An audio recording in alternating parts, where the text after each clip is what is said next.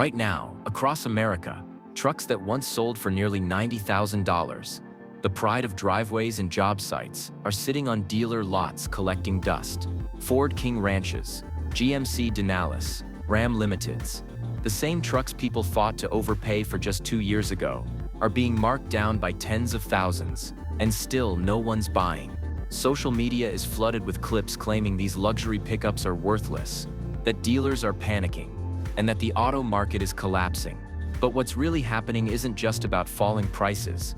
It's about an entire financial illusion unraveling in real time. Because behind every shiny discount and too good to be true, listing lies a much darker reality. Buyers who stretched themselves thin during the pandemic boom, those 7-year loans, low down payments and sky-high monthly notes, are now trapped in negative equity so deep that even selling their trucks won't set them free. Banks are tightening, repossessions are surging, and dealers are drowning in inventory. They can't move without taking massive losses. So before you run out thinking you've found the deal of a lifetime, understand this: these $90K trucks didn't just lose value. They exposed a broken system that's finally cracking under its own weight. Over the last decade, the cost of owning a new truck didn't just rise, it exploded. Between 2015 and 2024, the average price of a full-size pickup jumped from around $38,000 to over $63,000, a 66% increase in less than 10 years. But here's the problem: paychecks didn't keep up. Median household income only grew about half as fast, creating a massive affordability gap that most Americans simply couldn't bridge. What used to be a realistic purchase for the average family has now become a financial gamble that rivals a mortgage payment. By 2025, the average new car payment hit $749 a month, and 1 in 5 buyers now pays over $1,000 every month just to drive off the lot. To make those numbers work, lenders started offering longer loan terms, 72, even 84 months, turning what used to be a 4-year commitment into a 7-year financial trap. It looked manageable at first: lower payments, easy approvals, bigger trucks. But the truth was brutal.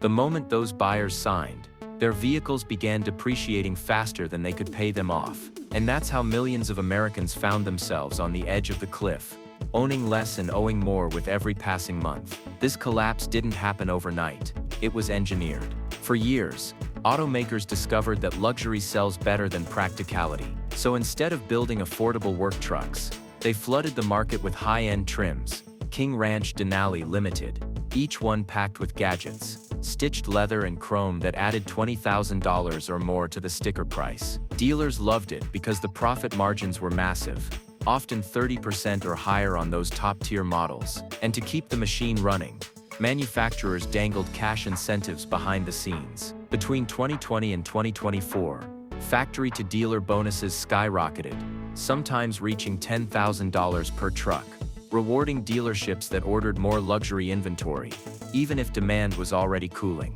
Refuse to play along, and you'd risk losing future allocations. So lots filled up with trucks no one truly needed, but everyone was told they should want. The ads called them investment-grade vehicles, the kind that would hold their value forever. But it was a myth built on credit and confidence. As prices rose and wages lagged, regular buyers were priced out, leaving behind an oversaturated market of oversized, overfinanced trucks. When interest rates spiked and used values started slipping, that illusion of stability shattered, and the luxury trap snapped shut. Here's where the real damage begins. Imagine buying an $80,000 truck with just a few $1,000s down and financing it for 7 years. From day one, you owe far more than the vehicle is worth. Every mile you drive and every month that passes, the gap widens. That's negative equity, and it's now one of the biggest financial sinkholes in America. By 2025, over 1 in 4 trade-ins came with negative equity,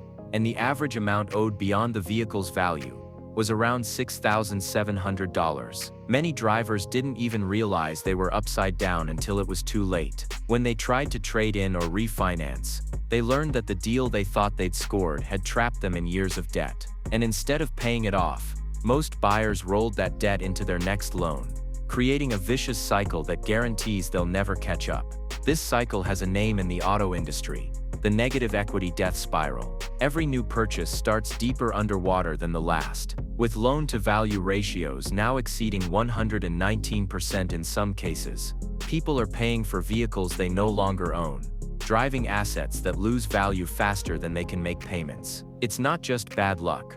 It's a structural flaw built into modern car financing, and it's swallowing borrowers whole. When buyers can't escape negative equity, the next stop is default, and that's exactly what's happening.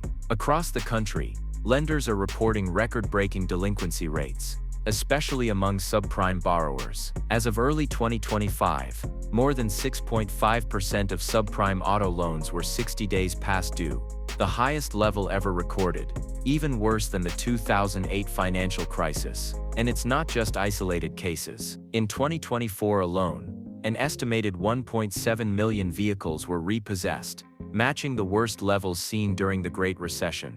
The most alarming part: these aren't junk cars being hauled away. Repo agents are picking up nearly new $70,000, $90,000 trucks, some with less than 20,000 miles on them. Contractors, small business owners, and families who thought they were buying stability are now watching their trucks disappear overnight, along with their credit scores. And when the banks resell those vehicles at auction for less than the loan balance, the borrowers are still on the hook for the difference. It's financial quicksand. Once you're in, every move makes it worse. This surge in repossessions is a symptom of a bigger sickness: the debt bubble built on easy credit and inflated prices. For years, buyers were told that trucks hold their value, that financing long-term was normal.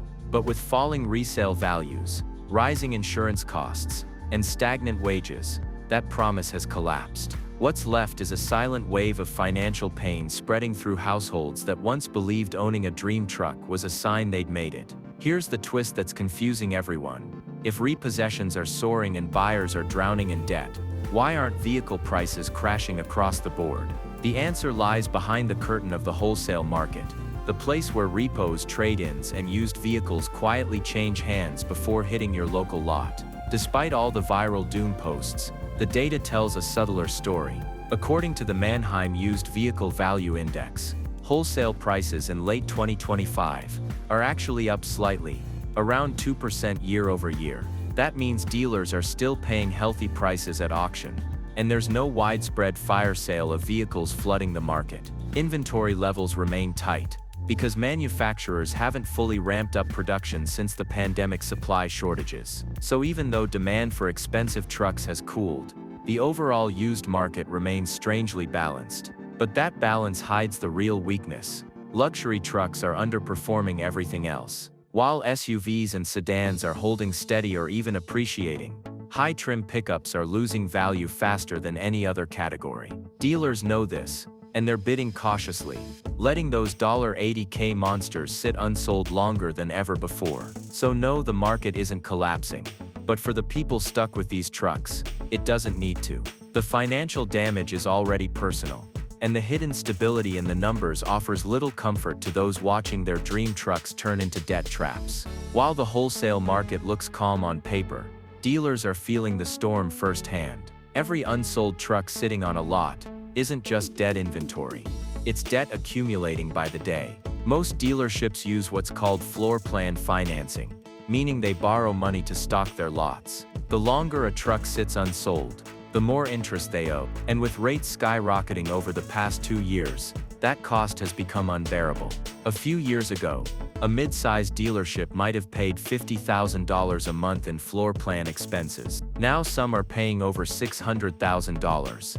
An 8-fold increase that's bleeding their profits dry. It's why we're seeing emergency sales, employee pricing for everyone, and limited-time offers that sound more like distress signals than marketing campaigns. Ford's F-150 lineup, for example, reached an average 141 days supply earlier this year, nearly double the industry norm.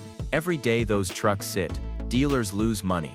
Behind closed doors, some smaller operations are walking a financial tightrope, cutting staff, delaying new orders, and leaning heavily on manufacturer rebates just to stay afloat. Major bankruptcies have already hit smaller networks and subprime-focused retailers, while the big franchise dealers are hanging on through sheer volume and loyalty incentives. On the surface, the lights are still on, but under the hood, The business model that once thrived on constant turnover is starting to sputter. And unless demand returns soon, many of these lots may not survive another year of this profitless prosperity. If you've scrolled through TikTok or YouTube lately, you've probably seen the viral clips rows of dusty King Ranches and Denali with captions like $90,000 trucks now selling for $20K. It's explosive, it's shareable, and it's mostly misleading. Those jaw-dropping numbers grab attention, but they don't reflect what's really happening. There isn't a flood of brand new trucks being dumped for pennies on the dollar. What's happening is quieter and far more dangerous. Yes, prices for high-trim luxury pickups have fallen harder than any other segment, with depreciation hovering around 30–40% in just 3 years. But those too good to be true deals are often outliers. Damaged units, high-mileage trades, or repossessions listed low just to move inventory. The real story isn't the sticker, it's the financing behind it. Buyers who stretch thin to grab one of these discounted trucks still face long-term payments, high insurance, and declining value. The trap hasn't disappeared, it's just wearing a new price tag. Social media turned a nuanced market correction into a viral apocalypse narrative. The truth is more unsettling. It doesn't take a total collapse to ruin people financially. It just takes one bad deal. And for thousands of buyers, lured by the illusion of steals, that mistake is already in motion. Because in today's market, the real danger isn't overpaying, it's believing the hype that the crash has already hit. In a market this chaotic, the smartest buyers aren't chasing deals, they're setting traps of their own. The game has changed, and survival means understanding how to play it differently. First rule: if you're thinking about buying, cash is king and patience is profit. Dealers are desperate to move aged inventory, especially luxury trims that have been sitting for 60 days or more. Those vehicles cost them money every single day. They stay on the lot, which means you hold the leverage, if you're disciplined enough to walk away when the numbers don't make sense. If you do buy, follow a few non-negotiables, put at least 20% down, keep the loan under 60 months, and make sure the total payment doesn't exceed 10% of your monthly income. Skip the dealer add-ons and inflated warranties that pad their margins. If you're already underwater, don't dig deeper by rolling debt into a new loan. Instead, focus on paying it down faster or refinancing at a lower rate. The goal isn't to time the bottom, it's to stay liquid and avoid getting trapped when the next wave of depreciation hits. For now, analysts expect the market to stabilize sometime in mid-2026, but until then, luxury trucks will keep bleeding value. So if you're not forced to buy, wait. If you must buy, be ruthless with the math. This isn't about getting a shiny new ride. It's about protecting yourself from a system designed to make you believe the deal is in your favor. In reality, the winners right now aren't the ones driving new trucks. They're the ones who know when not to sign. The story of the $90,000 truck isn't just about metal, engines, or price tags. It's about the illusion that something expensive automatically equals success. For years, the auto industry sold that dream. That owning a top-trim truck meant you'd made it. That comfort and luxury could be financed like a feeling. But now, as those same trucks sit unsold and their owners drown in payments, that dream is cracking. What we're really seeing isn't a collapse of the truck market. It's a reckoning for a decade of overconfidence, easy credit, and blind trust in marketing.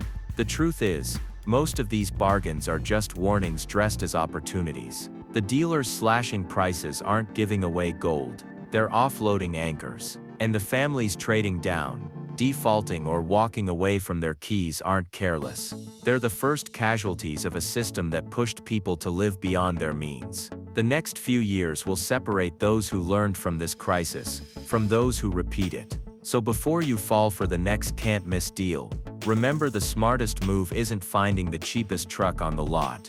It's knowing when to step back, keep your cash, and wait for the storm to pass.